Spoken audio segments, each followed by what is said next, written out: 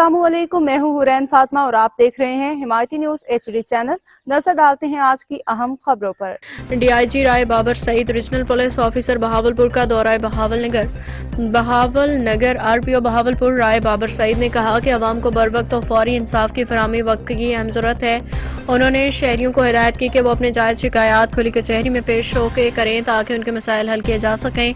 उन्होंने चिश्तिया सर्कल में police station सदर में खुली कचहरी से खिताब में कहा कि वज़ीर आला और IG पंजाब के अहकामात की रोशनी में ओपन डोर पॉलिसी के तहत खुली कचहरियां मुनाकिद की जा रही हैं और फौरी इंसाफ फराहम करने पुलिस के निज़ाम को मज़ीद बेहतर बनाने के लिए कोशां। खुली कचहरी में इलाका मकीनों ने बड़ी तादाद में अपने मसाइल पेश किए।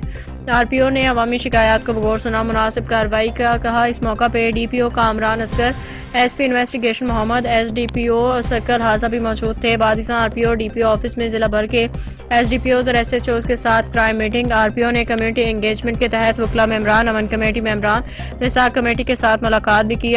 मज़ीद अपडेट्स के लिए देखते रहें हिमायती न्यूज़ HD चैनल।